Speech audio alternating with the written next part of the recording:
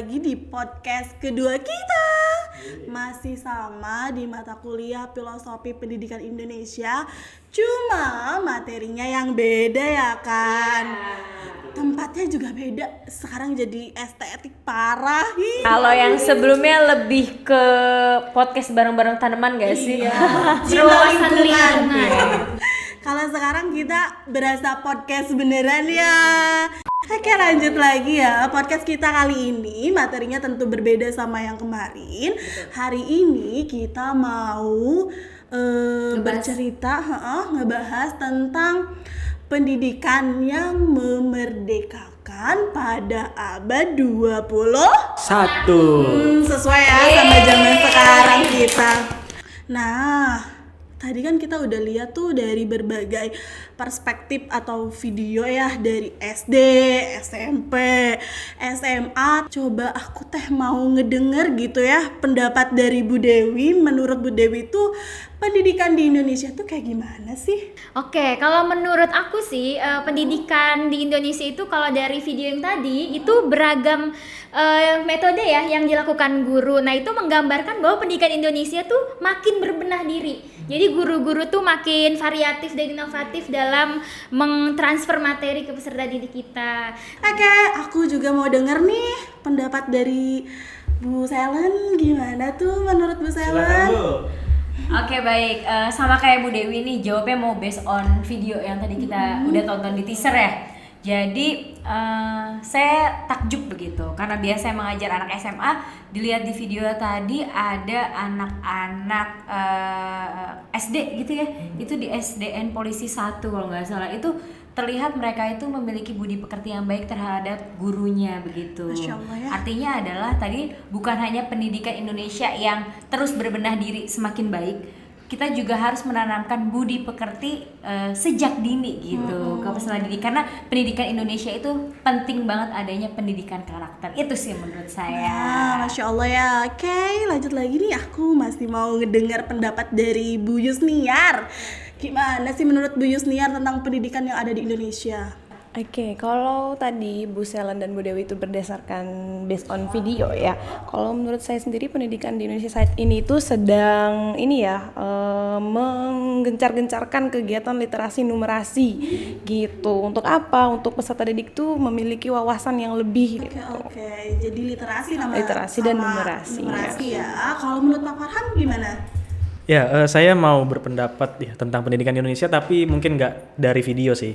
Kayak saya melihat bahwa pendidikan Indonesia ini masih banyak PR-nya gitu, terutama karena pendidikan kita itu masih belum merata secara sepenuhnya. Coba kita lihat tadi di video, mungkin ada yang udah bisa pakai teknologi, tapi di sisi lain, di daerah lain itu banyak bahkan yang sekolahnya masih belum layak gitu kan, masih ada yang rubuh lah segala macam. Nah itu mungkin jadi mempengaruhi gitu kegiatan pembelajaran. Masya Allah pendapatnya ya. Menurut saya juga pendidikan harus berdasarkan karakter, digital ya, move on dari konven ke digital. Literasi sama numerasi, terus juga pemerataan sarana prasarana dan sebagainya. Nah sekarang nih waktu yang ditunggu-tunggu. Oke. Apa tuh, Bu? Udah gak sabar ya kan? Aduh, kita tonton sama denger dulu nih pendapat dari senior-senior kita dalam bidang pendidikan. Masya Allah ya, semoga bisa berkah kita di masa depan ya kan. Di sini ada 2 pemateri. Yang pertama itu ada Bapak Novi Hardi selaku Kepala Sekolah SMPN 3 Tangerang Selatan. Kemudian juga ada Bapak Bambang Aryan selaku Kepala SMN 1 Bogor. Sekaligus beliau ini menjabat sebagai pelaksana tugas Kepala Sekolah SMA 8 Bogor. Luar biasa. Ada lagi prestasinya satu lagi. Apa tuh? Ketua MKKS Kota Bogor. Wih, banyak Amanahnya banyak banget ya. Semoga kita juga kelak begitu ya. Amin. Oh, berarti Bu Nelly nih, bedanya podcast kita yang pertama dan yang kedua ini, kalau misalnya yang pertama ibaratnya bintang tamunya itu nasional, internasional gitu ya, lokal dan kalau internasional. Sekarang kita lokal ya, lebih kepada lokal. Lokal yang senior-senior, banyak pengalamannya, betul. banyak prestasinya juga.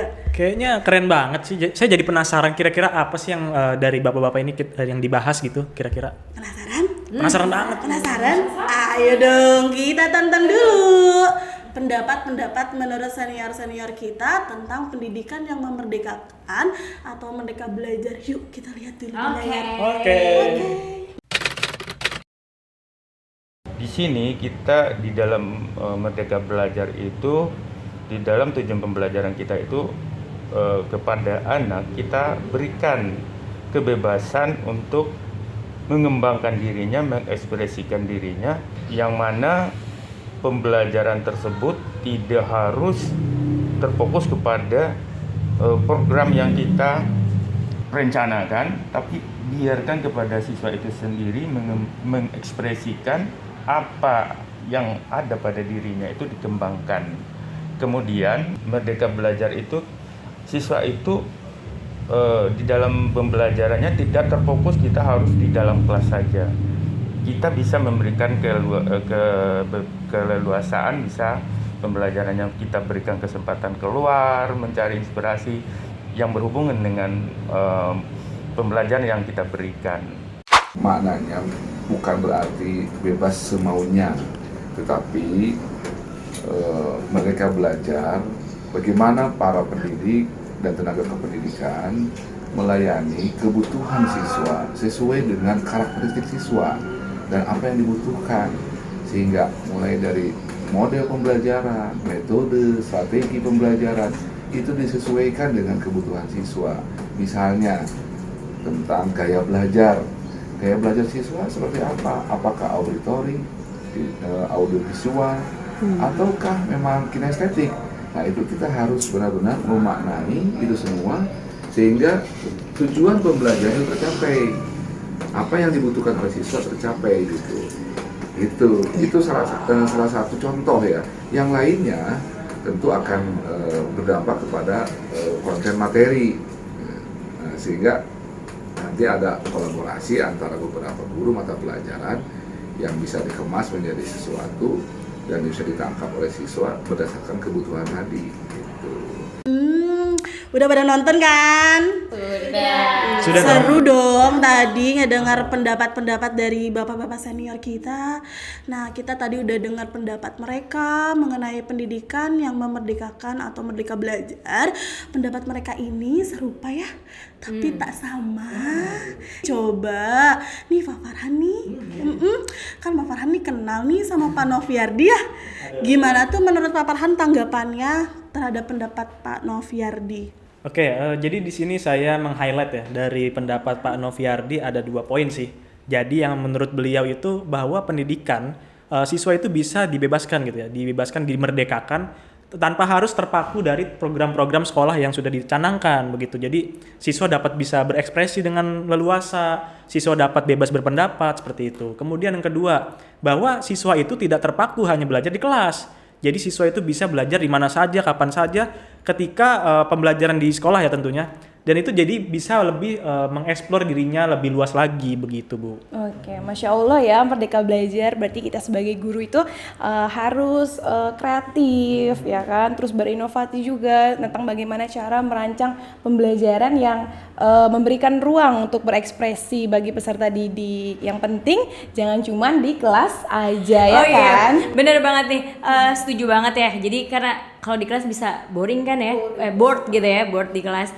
Jadi pembelajaran biologi bisa kita lakukan di luar kelas, misalnya kita melakukan eksperimen di laboratorium atau kita melakukan observasi materi keanekaragaman misalnya di lingkungan sekitar sekolah aja gitu, ataupun mungkin yang lebih seru nih kita juga bisa melakukan kunjungan gitu ya ke tempat-tempat yang relevan dengan pembelajaran biologi. Misalnya nih saya punya pengalaman waktu itu saya pernah mengajak peserta didik ke LIPI, mungkin sekarang namanya BRIN ya.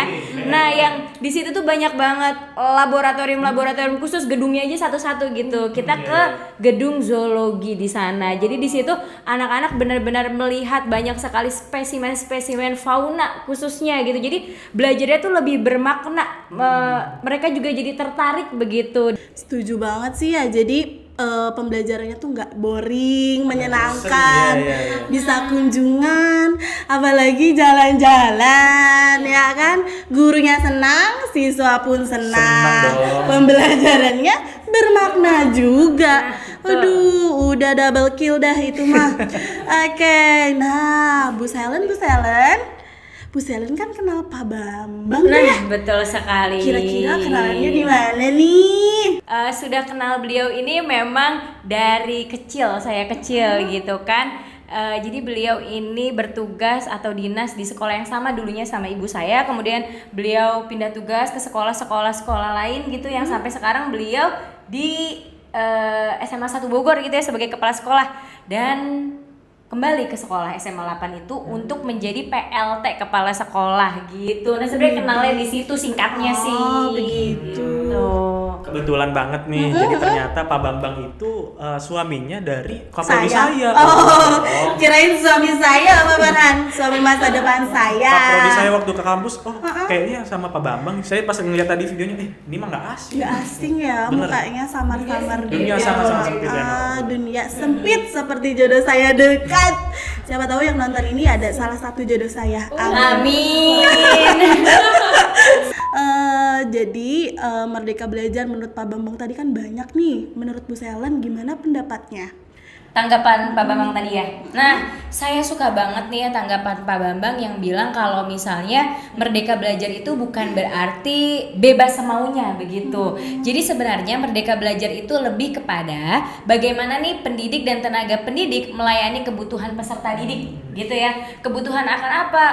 Sesuai dengan bagaimana karakteristiknya, potensinya, bakat, minat seperti itu ya. Dengan cara kita bisa nih sebagai guru mengakomodasinya, misalnya dengan memilih pendekatan, strategi, metode, model pembelajaran yang sesuai dengan karakteristik peserta didik itu. Intinya sih gitu ya. Jadi sebenarnya menurut saya point of view dari Merdeka Belajar ini adalah bagaimana kita sebagai guru kelak nih dapat merancang dan melaksanakan pembelajaran yang bisa menjadikan peserta didik itu merasa merdeka dalam belajar. Kenapa? Karena sesuai gitu dengan gaya belajarnya misalnya, karakteristiknya gitu. Jadi menyentuh peserta didik itu sih menurut saya. Nah betul banget, saya setuju sama pendapatnya Bu Selen ya. Jadi merdeka di sini jangan sampai disalahartikan nih sama siswa. Mentang-mentang merdeka, oh ya udah Bebas suka-suka. ya.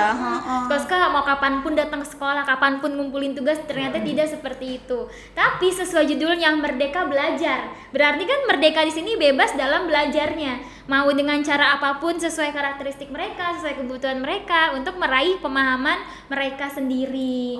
Begitu, tapi difasilitator dengan guru juga ya. Jadi nggak dilepas begitu saja. Dituntun ya. Betul. Jadi merdeka itu berarti yang tetap ada koridornya begitu ya Bu ya. Tambahan satu lagi tadi tuh, Pak Farhan ngomong dituntun, berarti ada di sini pemikiran Ki Hajar Dewantara ya, di mana guru tadi Sesuai harus ya. menuntunnya harus sesuai dengan tadi karakter ya. Kodratnya mereka. Kodrat apa tuh ada dua, alam sama zamannya. Masya Allah. Betul. Oke. Saya Setuju setuju. ya? Sekali. Benar. Aduh, seru banget nih pembahasan kita kali ini ya. Ngomongin tentang Merdeka Belajar pada abad 21. Aduh, makin kesini makin hangat pembahasannya, mendalam juga ya kan. Tapi sebenarnya video tadi tuh hanya sedikit gitu ya. Ibaratnya baru pemanasan aja nih dari pembahasan kita podcast hari ini. Kita teh mau ngebahas apa dulu atuh Bu Ius? Gimana kalau kita ngebahas tentang definisi dari pendidikan yang memerdekakan itu seperti apa? Oke, setuju banget. Jadi biar sepemahaman dulu gitu ya. Tapi kalau menurut Bu Yus sendiri, pendidikan yang memerdekakan gimana? Jadi untuk paradigma pendidikan yang memerdekakan itu sebenarnya juga berangkat dari pemahaman anak itu sendiri ya, yang memang sebagai makhluk ataupun manusia yang secara kodrat sudah memiliki kehendak yang bebas.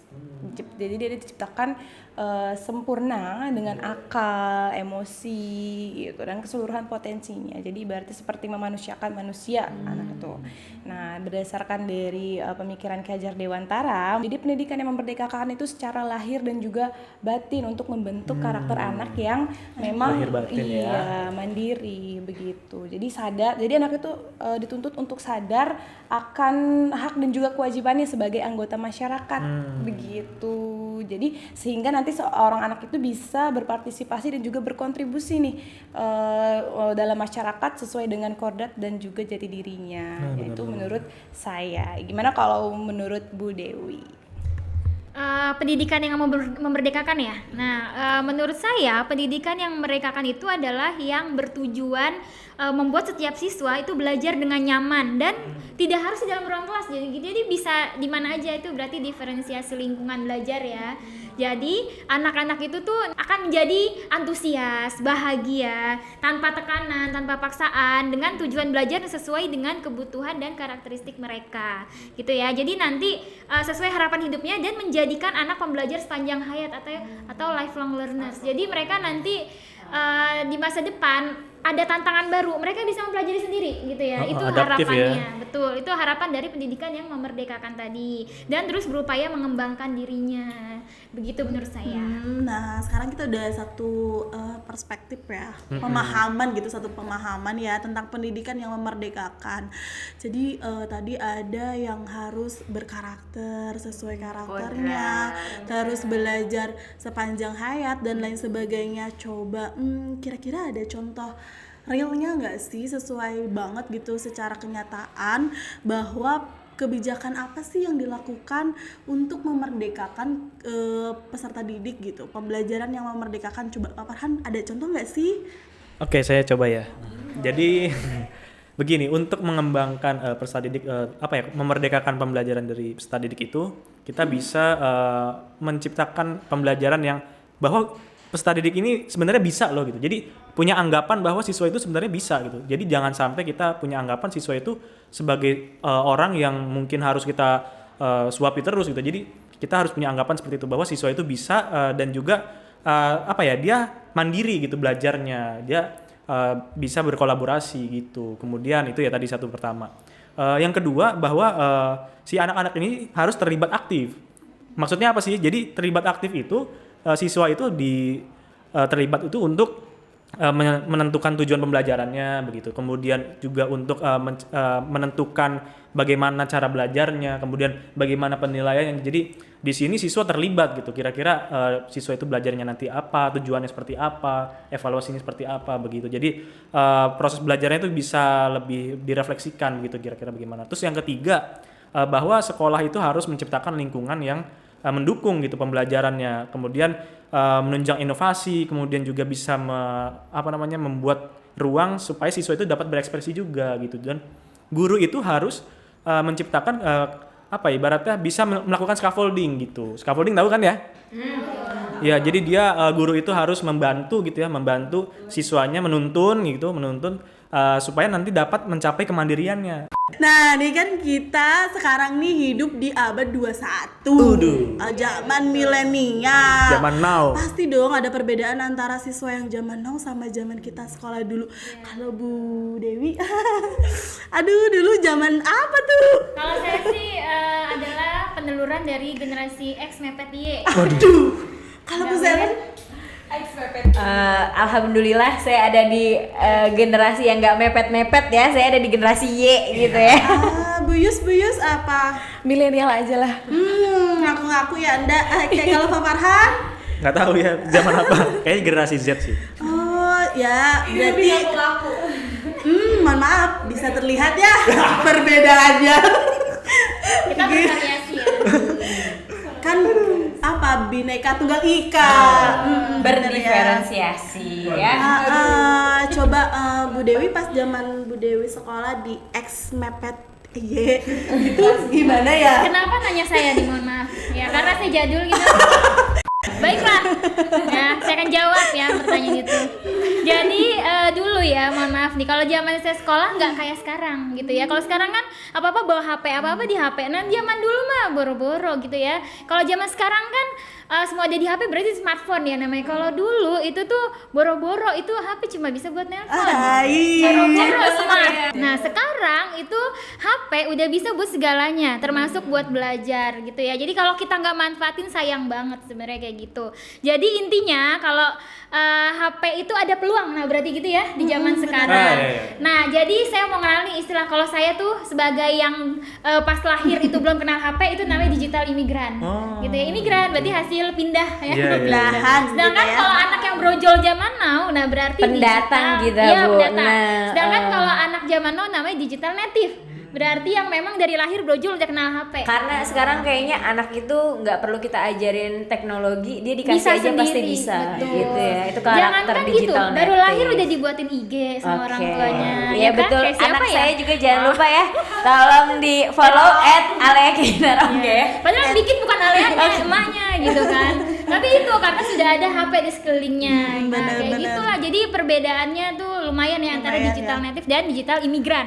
Nah, berarti kalau zaman dulu digital imigran. Jadi yang guru-guru termasuk kita nih. Nah, kita digital imigran nih. Karena kita mengajarkan anak zaman now yang digital native. Bener Nah, banget. kayak gitu ya. Jadi penting sekali HP buat anak-anak yang kita ajarin. Iya, Saking benar-benar. pentingnya mereka tuh kalau nggak ada HP bad mood. Contoh deh saya tanyakan Bu Nelly dari generasi Z nih katanya. Iya Dari dong. zaman now.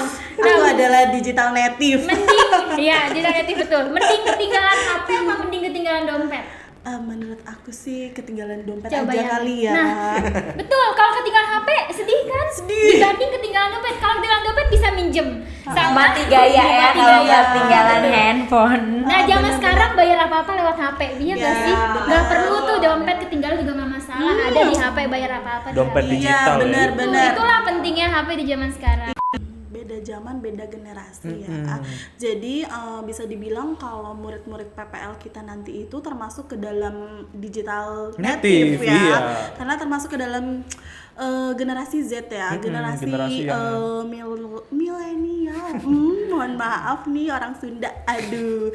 Nah, untuk zaman now sekarang kira-kira ada nggak sih model sekolah seperti apa atau yang cocok nih pada abad 21 yang akrab banget sama teknologi sama digital? Nah, oke, saya coba jawab nih ya. Bu, Boleh ya. dong, Jadi bebas. sekolahnya harus seperti apa gitu. Tapi saya mau mengulas dulu sedikit deh gitu ya. Jadi menurut beberapa pakar gitu ya, ternyata di Indonesia ini masih banyak sekolah-sekolah itu yang bisa dibilang ketinggalan zaman lah ya gitu. Dalam artian ketinggalan zaman di sini adalah mungkin sekolahnya itu belum ibaratnya memaksimalkan pemanfaatan dari multimedia, digital, ICT lah intinya ya. ICT di sekolahnya gitu ya. Jadi yang seperti itu mungkin belum relevan di abad ke-21. Artinya harus bisa mengikuti lah perkembangan zaman gitu ya. Nah, intinya adalah untuk zaman sekarang bagaimana nih tadi sekolah-sekolah yang mungkin masih belum memanfaatkan digitalisasi gitu ya, harus bisa melakukan revolusi gitu ya, bukan revolusi dan resolusi di tahun baru gitu ya. Reformasi juga. Iya, Gerakan gitu. ya, gebrakan. Untuk gebrakan-gebrakan untuk membuat pendidikan ini lebih sesuai dengan kodrat zaman peserta didik yang tadi gitu ya. Bener ya tadi yang dibicarakan dari ibu-ibu sekalian gitu. Jadi memang Indonesia ini mulai harus berbenah gitu, harus mereformasi pendidikannya gitu. Karena di sini sudah zaman teknologi, jadi pendidikannya pun harus disesuaikan gitu ya dengan zamannya gitu, zaman digital. Kemudian kalau misalkan dulu kita itu media pembelajaran teknologi itu hanya sebagai pelengkap. Nah, di zaman ini kita harus menjadi yang utama gitu ya, menjadi bahan utama pembelajaran kita gitu. Jadi biar pembelajaran abad 21 ini bisa menimbulkan efek yang positif juga untuk murid-murid kita, karena murid-murid kita ini nantinya dia di masa depan itu ya akan dihadapi oleh zaman yang lebih digital lagi, lebih lebih maju lagi gitu, dan mereka harus pembelajaran tuh mulai dari sekarang harus dari pembelajaran abad 21 atau pembelajaran yang teknologi begitu. Berarti tapi kalau begini pasti bukan hanya sisi positifnya aja begitu kan ya Mbak Bu ya? Jadi harus sebenarnya, gimana tuh? Harus gimana nih Bu Dewi? Nah, dampak negatifnya apa? Kita kan biologi nih. Jadi dari segi biologi, kebayang nggak anak-anak tidur aja itu di sampingnya HP. Tadi Bu Nelly dia tuh belahan jiwanya, ya kan? Iya benar. Bener. Dampak yang krusial ya, ternyata HP itu udah sangat melekat ke diri anak-anak ini. Nah, berarti dampak negatifnya apa? Kalau terlalu dekat ke mata, nanti Betul. akan jadi radiasi. nih. Ke tulang belakang juga bisa kan ya, kalau misalnya dia mainnya tengkurap terus tuh kan ada ya. Ganggu kesehatan. Iya, Nah, itu bisa ada kelainan tulangnya. Terus gimana kalau kayak gitu? Dampak negatif lainnya adalah dia tuh bisa kecanduan, ya kan? Kecanduan. Game yang push rank kayak gitu-gitu lah ya. Bener-bener. Jadi dikira belajar, lagi main game. Nah, itu juga dampak negatif. Berarti gimana kita sebagai guru dan orang tua nih? Berarti harus menerapkan aturan ya nggak sih ke anak-anak ini, dan aturan ini harus disepakati sama anak-anak itu, ada jamnya, kapan main, kapan belajar. Terus Screen time-nya Bu ya. Satu pertanyaan lagi nih, kira-kira inovasi pembelajaran yang efektif atau yang baik tuh untuk pembelajaran yang memerdekakan peserta didik pada abad 21 tuh ada yang bisa kasih contoh nggak sih? Nah, kebetulan banget nih saya mau bagi ilmu nih. Ih, boleh dong Bu Dewi, aku akan mendengarkan Iya. dengan seksama dan menyimak. Iya, oke. Jadi pas banget nih. Jadi saya kan kemarin kita sempat libur ya. Iya. Nah, itu liburnya berfaedah nih iya Bu berfaedah Dewi. dong ya. Jadi saya ngikutin webinar nasional. Gitu ya. Masya Produktif Allah. dong. Nah, saya Sangat berbagi ternyata produktif. relate dengan yang kita bahas hari ini gitu. Saya ikut webinar nasional praktik baik pada era kurikulum merdeka. Nah, jadi apa praktik baik yang dilakukan guru itu ada 3 pembicara ya waktu itu ya. Di beberapa webinar itu ternyata dia bikin produk digital bersama siswanya. Peserta didik. Jadi collab yang Keren. udah dibilang tadi. Jadi guru sama siswa collab bikin produk yang digital. Tadi ya, Gitu. native, digital native dan Digital imigran imigran collab. Nah, gitu. Betul. Itu praktik baiknya. Jadi kerjasama. Collab gitu. jangan kolaps ya. Oke. Correction. Nah, Kita collab. bikin apa? Saya contohin ya. Gula Boleh, inget boleh. gak Bu Selen? Nah, itu Dari- pembicaraan pertama. Iya, betul, Pembicara hari pertama. Iya, hari Nah, pertama. Dia guru SDN 1 dari Sukamulyo Kendal. Jadi dia membuat aplikasi El Nino. Jadi learning with Nino. Jadi Nino itu nama tokohnya di situ. Nah, itu adalah sebuah aplikasi multimedia untuk pembelajaran dan edukasi game juga ada di dalamnya. Sebelum saya tutup nih podcast hari ini yang sangat bermutu, berwawasan, berfaedah untuk masa depan saya dan suami saya. Kita sudah mencerahkan ya pendidikan yang memerdekakan, terus curahan hati seorang Nelly. Nggak, mohon maaf, curahan hati unek-unek kita dalam pendidikan di Indonesia, terus contoh dan terapannya dan lain sebagainya. Itu sangat-sangat pembahasannya tuh benar-benar berfaedah banget ya. Terus juga pendidikan yang memerdekakan udah kita bahas juga. Satu lagi deh saya mau tanya. Aduh, tanyanya ke Pak Farhan aja sebenarnya sama Bu Ius. Apa sih harapan Bapak dan Ibu untuk kedepannya terhadap pendidikan Indonesia yang ada sekarang?